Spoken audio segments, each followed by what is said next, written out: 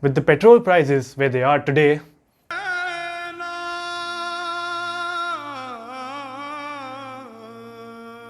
and the pollution in our country, EVs have now become the need of the hour. In this new video of the Desi Technocrats, we assess how does the EV stand in the Indian market today. So, without further ado, let's get started. Roll the thing.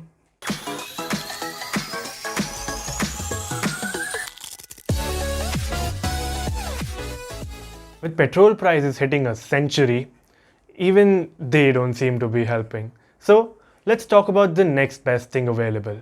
In this video, we'll be talking about the positive and the negative aspects of owning an EV in the year 2021 in India. So first, let's talk about the positive aspects of owning an EV. The first one is the affordability and availability. This is somewhere where the EV market has matured quite significantly in the past year. Currently, there are 6 electric cars on sale in India, with the cheapest one being from Tata and the most expensive from Mercedes. And the choice doesn't stop there.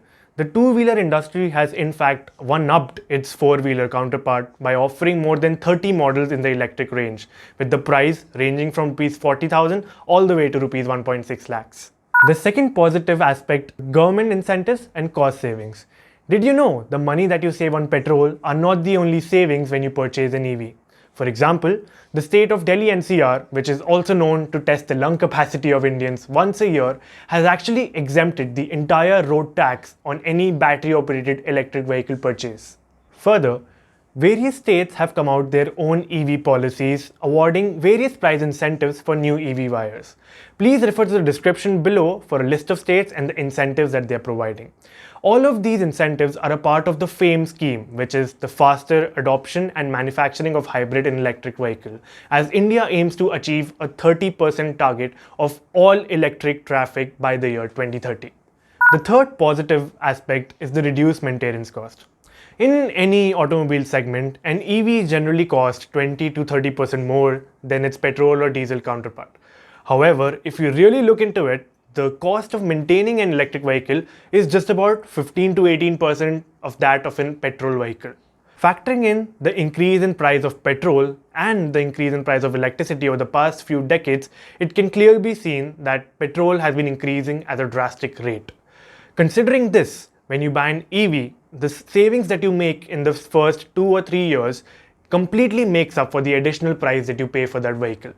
Just like most of the things in the world, the EV market is not perfect.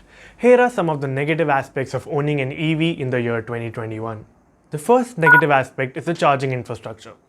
The charging infrastructure for EVs has definitely improved in the past year, but it is not nearly enough to give confidence for an EV owner to go on a cross-country road trip.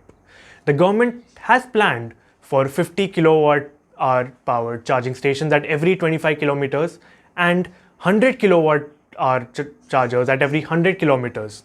However, one of the major challenges that these stations are facing are a reliable energy source. In order to resolve these challenges, the government should look into solar-powered initiatives, similar to the ones that have recently been started on the Delhi-Chandigarh highway.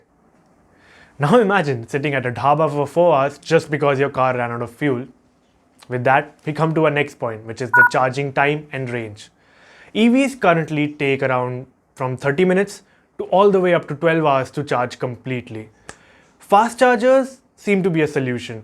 However, these are only accessible only the top-end models of EVs and are often a very expensive affair. And definitely, this is longer than your average petrol top-up. So this continues to be a concern for EV owners as of now and is a major inconvenience for people who are always on the go. Now coming to the third negative aspect, which is the environment. Seems odd, doesn't it? Weren't EV meant to save the environment? Well, not entirely.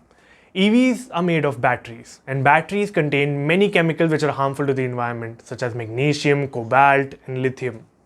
And the disposal of these batteries is quite harmful. You must have heard about fires in landfills. One of the major reasons for these is the improper disposal of batteries. India does not have a legislation for the disposal of batteries as of yet, and this is a major concern. India is woefully underprepared for the massive amount of e-waste that it is going to see. It is currently the third largest manufacturer of e-waste in the world, only next to China and the United States. Further, the constant discharging and charging of the battery eventually reduces the battery span, which requires this battery pack to be replaced in order for the vehicle to be sold again, which can again be an expensive affair and can ultimately reduce the resale value of your car. So, those are our views on electric vehicles. Keep the conversation going in the comment section below and do let us know, are electric vehicles a boon or bane for the Indian market? And if you like this video, hit that like button and subscribe to the Desi Technocrats. See you in the next one.